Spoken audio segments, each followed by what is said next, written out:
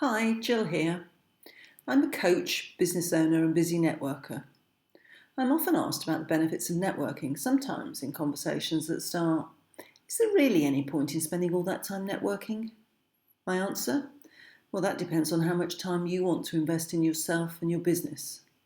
I do realise that the actual thought of networking can strike fear into the heart of many women and men, but it truly does work. And a business building rule of thumb? Don't waste your time networking if you're not prepared to develop in those relationships. I'm a group manager with a Women in Business membership network. Sometimes our visitors often only attend one or two meetings and then don't return. When I contact them to understand their reasons, many suggested it was because they hadn't got any business. Large intake of breath on my part here.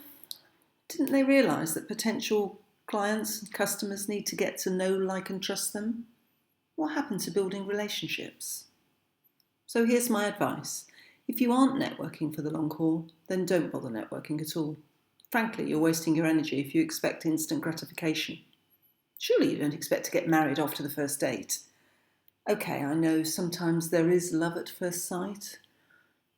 But if I suggested you needed to get to know your new partner before investing that amount of commitment, I guess you'd probably agree. In the same way, business relationships are built on knowing, liking, and trusting the other party, and that's a two-way thing. If you're prepared to put the effort in, just like any relationship, it's worth it. If not, I'd suggest you stay at home. Understand your target market.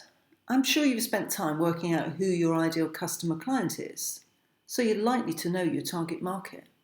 Spend time doing your research. It really is important to pick and choose networking opportunities with a plan in mind. It's worth attending networking functions where you can connect directly with that target market or with people who can introduce you to your target market. And here's a tip. Networking produces long-term business building results and not about meeting a lot of people. It's about meeting the right people. Know exactly what you bring to the networking table. Ask yourself this question. Why would people want to network with me? Networking isn't just about what you're going to get, it's also about what you're going to give to others. Take a good hard look at what you can offer as an effective networker. Are you willing to consistently spend time and energy building and nurturing your professional network? Don't expect overnight miracles. It takes time for people to develop confidence in you, and you need to invest in those relationships. Have a short, concise version of your elevator pitch that you can share about what you do, where you work, who your clients are, if you have any, and what your goals are. If possible, give a sense not only of what you do, but who you are. This is the story you'd like to write for your life, so practice it if necessary. No smart networker loves a rambler. Many networking organisations have 1-minute slots, so try to keep yourself to 60 seconds. It's amazing what you can say in that time. It's just taken me 60 seconds to speak to this slide. You reap what you sow. Stephen Covey, the author of The 7 Habits of Highly Effective People, uses the phrase emotional bank account to describe the principle of reciprocity and the corresponding credit withdrawal process in relationships. Using the metaphor of a financial bank account, the emotional bank account describes the trust that accumulates in a relationship. And like the financial bank account, you must make deposits before you can make withdrawals, and that's an overriding factor here. You must give before you receive. A successful networker knows it's not just about what she receives from others, but what she gives that determines whether she's building solid relationships or simply wasting time. The entire purpose of networking is to build solid, trusting relationships, business relationships that are of value to everyone involved. And so it's important to have a mindset that allows you to give as much in time and effort as you'd expect in return. Pre-schedule 30 minutes in your diary the morning after a networking event to follow up on contacts and add people to your address book, recording as much detail as possible. Add them to your LinkedIn network. And most importantly, arrange those one-to-one meetings. These are my great excuse for coffee and cake. It's not just about what you want to achieve.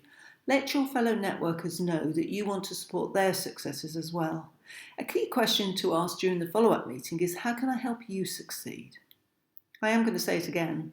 If you're not working for the long haul, stay home.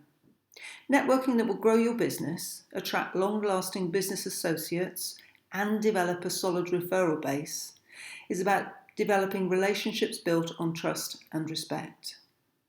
Don't waste your time going to network events unless you are willing to work at building those solid professional relationships. And it's also not about building up your infamous collection of business cards. Remember too that whilst some relationships develop immediately, others can take much longer. But most of all, have fun and enjoy the experience. I hope you found these tips useful. If you live or work in the south or southwest of the UK, you'd be very welcome to visit one of our Women in Business Network lunch meetings. Here are the details of our website, www.wybn-ssw.co.uk. If you want to get in touch with me, just drop me a line at jill@successfulwomen.training. Thanks for watching, and I hope I see you soon.